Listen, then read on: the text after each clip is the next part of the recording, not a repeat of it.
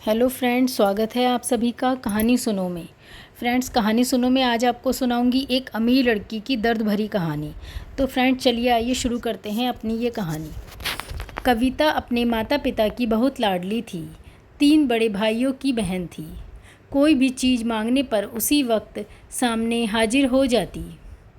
पूरे घर में रौब था उसका। पूरे परिवार और नौकरों पर राजकुमारी की तरह हुक्म चलाती थी कविता। स्कूल में भी पूरा रौब था उसका। बड़े घर की लाडली जो थी वह ऐसे ही उसके कॉलेज में दाखिला लिया। उसके ठाट बाट बड़ी गाड़ी में आना जाना, हर दिन नया फैशन देखकर सभी उससे दोस्ती करना चाहते थे। थोड़े ही दिनों में उसके बहुत से दोस्त बन गए। पूरे कॉलेज में उसकी अपनी ही एक पहचान थी। इन दिनों उसके घर एक रिश्ता आया। खानदानी लोग थे और पापा की पुरानी जान पहचान थी। उनके साथ कविता के साथ कोई ज़बरदस्ती नहीं थी, पर कविता ने फिर भी हाँ कर दी, क्योंकि वह अपने परिवार से बहुत प्यार करती थी। वह जानती थी कि वह लोग उसका अच्छा ही सोचेंगे। लड़के का नाम राज था। राज काफ़ी पढ़ा लिखा और समझदार लड़का था। ससुराल वाले भी बहुत अच्छे थे। ससुराल में कविता की जगह वैसी ही थी जैसी कि मायके में। कोई भी कार्य कविता की सलाह के बिना नहीं होता था। सबकी लाडली बहू बन गई थी वह। फिर उसके घर एक बेटे का जन्म हुआ। राहुल कविता को जान से भी प्यारा था। पोता पाकर ससुराल वाले तो फूले नहीं समाते थे। कविता कभी कभी सोचती कि उसकी किस्मत कितनी अच्छी है। उसका हर अपना उससे कितना प्यार करता है। चाहे जीवन में कैसा भी समय आए, मेरे अपने हमेशा मेरे साथ हैं। मैं कभी अकेली नहीं हो सकती। कितनी खुशकिस्मत हूँ मैं। पर शायद कविता की खुशियों को उसकी अपनी ही नज़र लग गई थी। एक दिन वह मायके जाने की जिद कर बैठी। राज को बहुत काम था, लेकिन वह फिर भी उसे ले गया। रास्ते में उनकी गाड़ी अन्य गाड़ी से टकरा गई। कविता, राज और राहुल बहुत बुरी तरह जख्मी हो गए। काफ़ी दिनों के इलाज के बाद राहुल और राज तो ठीक हो गए, लेकिन कविता पूरी तरह ठीक ना हो सकी। सर पर चोट लगने के कारण वह अपनी आँखों की रोशनी खो बैठी। अब कविता की किस्मत जैसे उल्टे पांव चलने लगी। मायके वाले कुछ दिनों तक उससे मिलने आते रहे। फिर कभी कभार फ़ोन ही करके कुछ पूछ लेते, कैसी हो। धीरे धीरे ये सिलसिला भी कम हो गया। ससुराल वालों की सहानुभूति भी कम होने लगी। घर में किसी को पास बैठने के लिए कहती तो जवाब मिलता, बहुत काम है, अब तुम भी हाथ नहीं बटा सकती। राज भी चिड़चिड़ा हो गया था। बस राहुल ही था उसके साथ, जिसके साथ हंसते खेलते उसका वक्त बीतता था।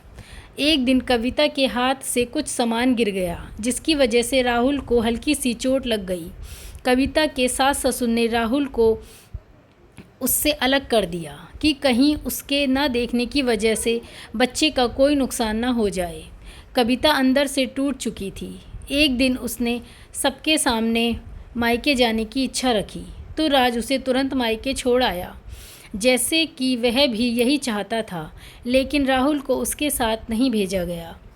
कविता कभी राहुल से दूर नहीं रही थी, पर अपनी कमी के कारण उसने ज़्यादा बहस नहीं की। कविता को लगा कि वह 3-4 दिन वहाँ रहेगी तो थोड़ा हवा पानी बदल जाएगा, क्योंकि वह कितने दिनों से कहीं भी बाहर नहीं गई थी। घर वाले भी इतने दिनों बाद उसे देखकर कितने खुश होंगे। कविता के घर पहुँचने पर सब लोग बहुत खुश हुए। खाने में सब कुछ कविता की पसंद का ही बना था। उसने अपने मम्मी पापा और भाई भाभीयों से दिल खोलकर बातें की। उसके छोटे छोटे बच्चे भी बुआ के साथ घुल मिल गए थे। रात को सोने के वक्त जब वह कपड़े बदलने लगी, तो उसे पता चला कि उसका बैग तो बहुत भरा हुआ था। वह सब समझ गई। वह बहुत उदास हो गई। कुछ दिनों तक तो सब ठीक रहा, फिर जैसे सब बदलने लगा। सबका व्यवहार बदल रहा था। वह लोग जैसे थक चुके थे उससे। सब लोग घुमा फिरा कर पूछने लगे कि राज कब आ रहा है, उसे ले जाने। वह बहाना बना देती, जबकि वह जानती थी कि उसे घर में अब उसके लिए कोई जगह नहीं है। कविता से चलते वक्त कुछ न कुछ नुकसान हो जाता। थोड़ी बहुत टोका टाकी उसे सुनाई देती।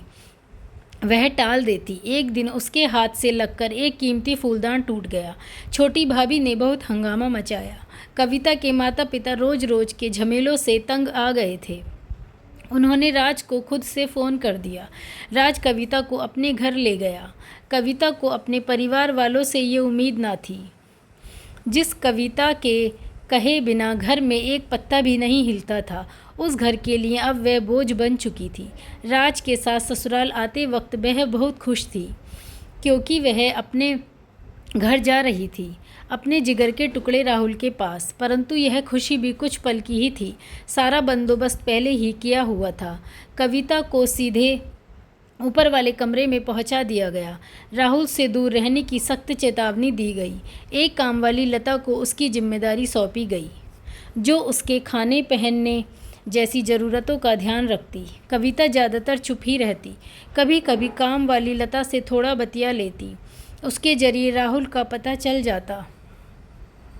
सबकी लाडली बेटी और बहू सबके लिए लाडली से बोझ बन चुकी थी। धन्यवाद मित्रों, मेरी कहानी को लाइक और मेरे चैनल को सब्सक्राइब कीजिए। Bye bye, take care.